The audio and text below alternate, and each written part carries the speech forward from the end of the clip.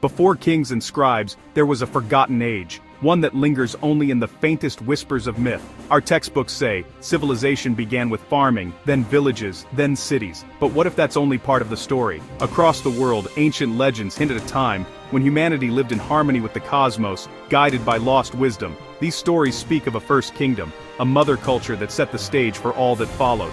Could such a civilization have existed, only to vanish, leaving behind scattered clues? The search for this lost chapter isn't fantasy. It's a quest to understand our true origins. We must look again at ancient stones and listen to old myths, considering the possibility that we are a species with amnesia. Like heirs who've lost the keys to a grand estate, we wander among the ruins, blind to their meaning. The signs are all around us, waiting for those willing to see. Echoes of items and monsters can create it in two ways. Item echo: approach an item or stop a moving item and press R2 to copy it. Moving items can be held with L2 plus X to stop them. Monster echo: kill a monster to copy its echo. We explain how to kill every monster in the full 127 echo guide below. Some echoes you won't have enough tri-power to create, or you will only be able to create one. By closing rifts as part of the main quest and side quests in The Legend of Zelda, Echoes of Wisdom, you can upgrade Tri and get more echo abilities like the ability to create more simultaneous echoes. The upgrades go like this. Elviner 3, create echoes further away by holding Y. Elviner 4, the number of triangles needed to create some echoes is reduced. Elviner 5, the number of triangles needed to create some echoes is reduced. Lor 6.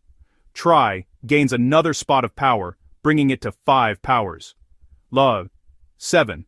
Complete 6th dungeon. The number of triangles needed to create some echoes is reduced. Love 8.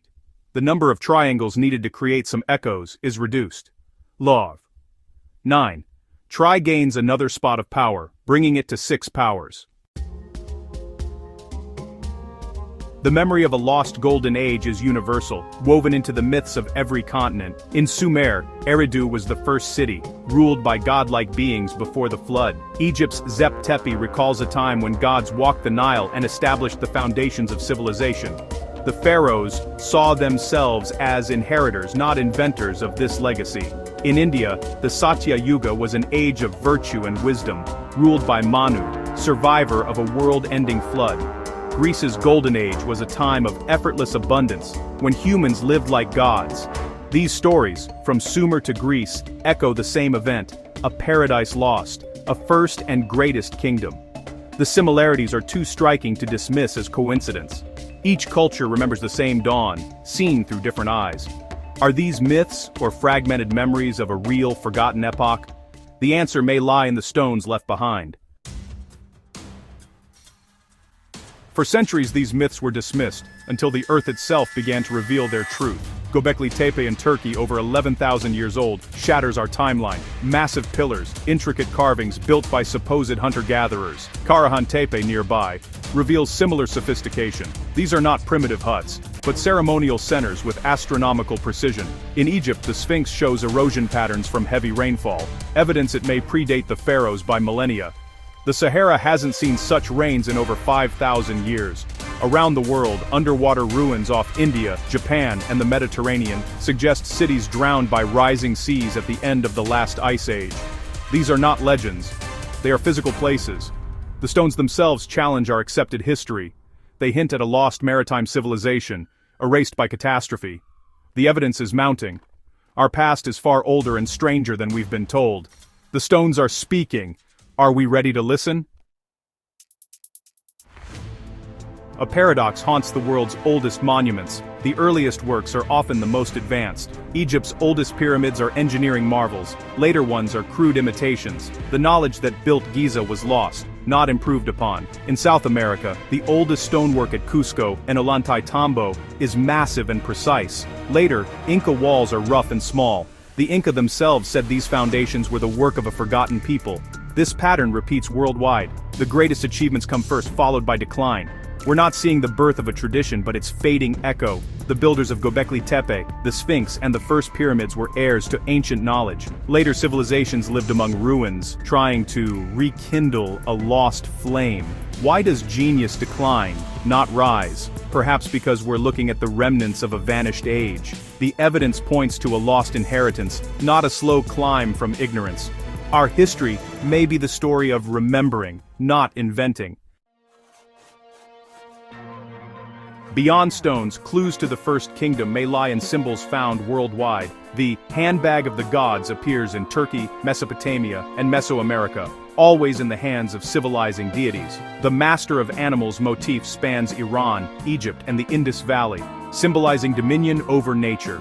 These complex images defy coincidence, hinting at a shared symbolic language.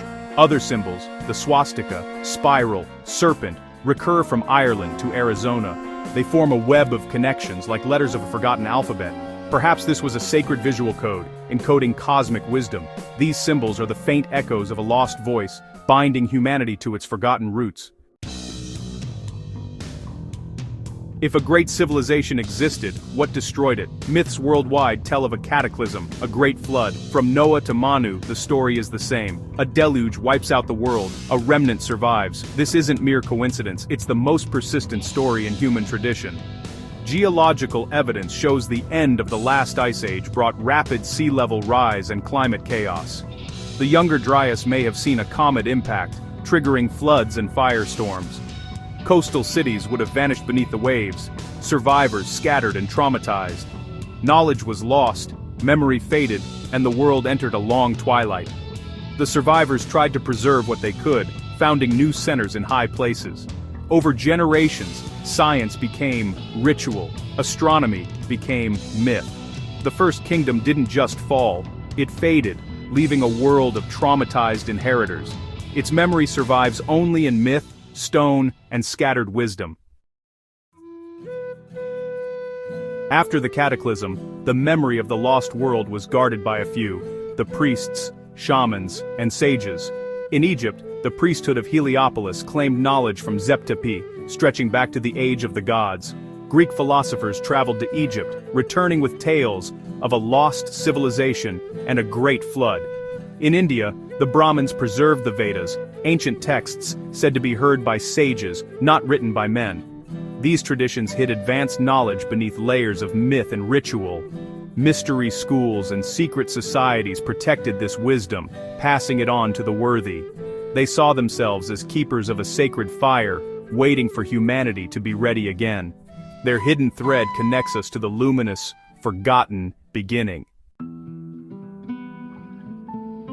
The First Kingdom's legacy still shapes our world, hidden in plain sight. Ancient symbols, pyramids, obelisks, twin pillars adorn our capitals and institutions. Rituals of power, from coronations to academic processions, echo ancient cosmology. Even our architecture follows principles perfected in lost temples. We continue traditions whose origins we've forgotten. The real question isn't whether the First Kingdom existed, but whether we're ready to see its traces. Rediscovering this lost chapter is a journey into ourselves. The clues are everywhere, in stone, myth, and symbol.